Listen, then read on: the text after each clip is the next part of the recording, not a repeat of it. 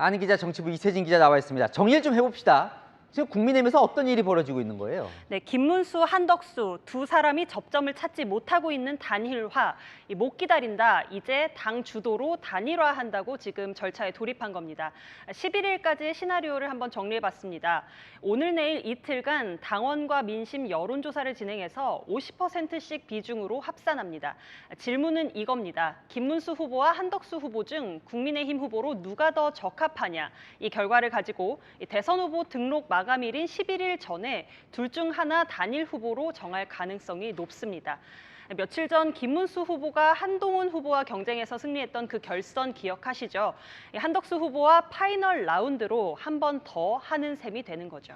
그러면 저 지금 진행하고 있는 당원조사, 일반 여론조사로 결국 최종 후보를 정하는 거예요?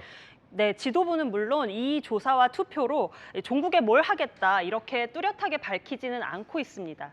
김문수 후보는 물론 당내 의원들 반발이나 우려가 있으니 한 걸음씩 두드리며 단계적으로 가겠다는 건데요. 하지만 투표, 여론조사, 전국위 개최, 그리고 전당대회 이걸 하려는 이유는 하나입니다.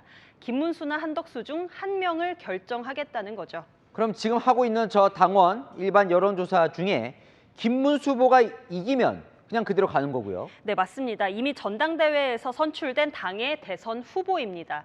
일정만 잘 맞춰서 후보 등록하면 됩니다. 그럼 한덕수 후보가 이기면 어떻게 되는 거예요? 이게 복잡하고 미묘한 상황이 되는 건데요. 무소속이던 한 후보가 곧바로 입당을 할 겁니다. 한 후보 오늘 김 후보와 만났을 때 단일화가 되면 즉각 입당할 거다라고 하기도 했고요. 입당 이후에 예고된 당 전국이나 전당대회에서 후보로 지명되는 절차를 거치고 국민의힘 후보 자격으로 선관위에 등록하는 순서를 밟게 되는 겁니다. 자, 근데 지금 김문수 후보는 저 단일화, 당이 주도한 단일화 자체를 인정하지 않고 있어요. 그렇다면 본인이 그냥 자기 10일, 11일에 후보 등록하겠다고 그냥 할 수는 없는 거예요? 네, 맞습니다. 김 후보는 이런 절차가 진행되는 자체를 인정하지 못합니다.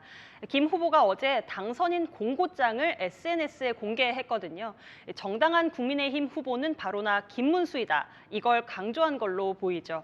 결국 당의 밟는 절차와 무관하게 김 후보가 국민의힘 대선 후보로 등록하는 상황도 충분히 예상 가능합니다. 그럼 어떻게 되는 겁니까? 국민의 후보가 2명이 되는 거예요? 선관위에 문의를 좀 해봤거든요. 아하. 공직선거법에 그 답이 있다라고 회신을 했습니다. 알려주던데요. 공직선거법에 보면 대통령 선거에 정당 후보자 등록 주체가 나와 있습니다. 그 추천의 주체는 후보 개인이 아닌 정당으로 되어 있습니다. 즉 당의 대선 후보는 당이 추천해야 하고 그 과정에서 추천 정당의 도장과 대표자 직인이 찍힌 추천서까지 필요합니다. 결국 선관위 등록 과정에 당의 역할이 필요하다는 거고요. 당 지도부의 협조 없이 김 후보 자력만으로 선관위에 후보 등록하는 것이 쉽지 않을 수가 있습니다. 이야, 지금 벌어진 일들이 그야말로 사상 초유의 일들이 벌어지네요. 네, 맞습니다. 근데 그게 다가 아닙니다. 김문수 후보를 지지하는 당협위원장들이 지도부가 예고한 전국위와 전당대회를 열지 못하게 해달라고 법원에 가처분 신청을 냈거든요. 김 후보 본인도 오늘 법원에 대통령 후보자로서의 지위를 인정해달라 이런 신청을 냈습니다. 정치가 정치를 정치로 풀지 못하고 법원의 문까지 두드리기 시작한 겁니다. 국민의힘 의원들 중에서는 법적 다툼 영역으로 가면 리스크가 생긴다면서 이 당의 강제적인 후보 교체 시도에 우려를 표시하는 목소리도 함께 공존하고 있습니다. 네, 이세진 기자는 잠시 후에 또 다른 얘기로 좀 알아보겠습니다.